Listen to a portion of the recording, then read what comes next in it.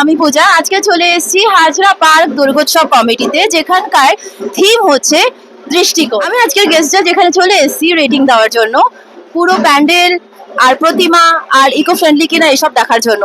তো চলুন আমরা ভিতরে গিয়ে ঘুরে আসি আর প্যান্ডেলটা দেখে আসি কিরকম।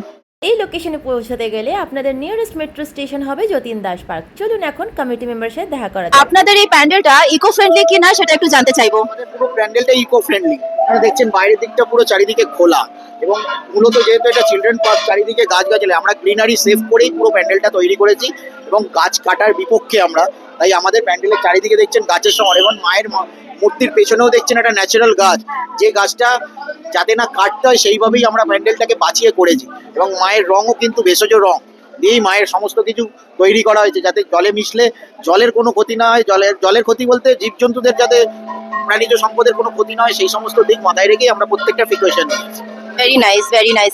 আচ্ছা, আপনাদের এই প্যান্ডেলের ডেকোরেশন, ঠিক আছে, আর এইসব ভাবনা চিন্তা, এইসব মানে কতটা টাইম লেগেছে অ্যাপ্রক্সিমেটলি? আমাদের উত্তরবঙ্গের প্রায় জনা 50-60 কর্মী দীর্ঘ 2.5 মাস ধরে বিভিন্ন ঝড় জল বিভিন্ন প্রতিকূলতা সত্ত্বেও তারা তাদের একনিষ্ঠতা এবং একাগ্রতা নিয়ে 2.5 মাস ধরে যে কাজ করেছে, সত্যি আমরা তাদেরকে স্যালুট জানাচ্ছি। তাদের এই অদম্য ইচ্ছাশক্তির জেরেই আজকে আমাদের এই প্যান্ডেলটা এত সুন্দর তৈরি হয়েছে। এক্ষুনি আপনাদের সামনে শঙ্করদার সাথে আমার কথা হলো। আজকে আমি সত্যি খুব আনন্দিত এবং গর্বিত যে আমাদের এই বছরের দুর্গাপুজো একটা নতুন সুন্দর আর ইকো ফ্রেন্ডলি ইনিশিয়েটিভ নিয়ে করা হয়েছে।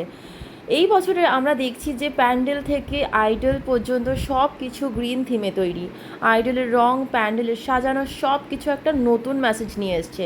প্রকৃতিকে বাঁচাতে হবে এবং আমাদের পুজোটাও তার সাথে সার্থক করতে হবে। এই ধরনের প্রতিষ্ঠা নতুন প্রজন্মের জন্য উদাহরণ হতে পারে। আমরা জানি যে দুর্গাপূজা শুধু একটা উৎসব নয়, এটা আমাদের সংস্কৃতি, পরিবেশ এবং সমাজের প্রতি দায়িত্বর প্রকাশ। তাই আমি অনেক অনেক ধন্যবাদ জানাই এই প্রতিষ্ঠায় যারা যোগদান দিয়েছে। চলুন এই পুজোর থেকে আমরা একটা অগ্নিকার করি। পরিবেশকে ভালোবাসো, প্লাস্টিক ছাড়ো আর পরিবেশকে বাঁচাও।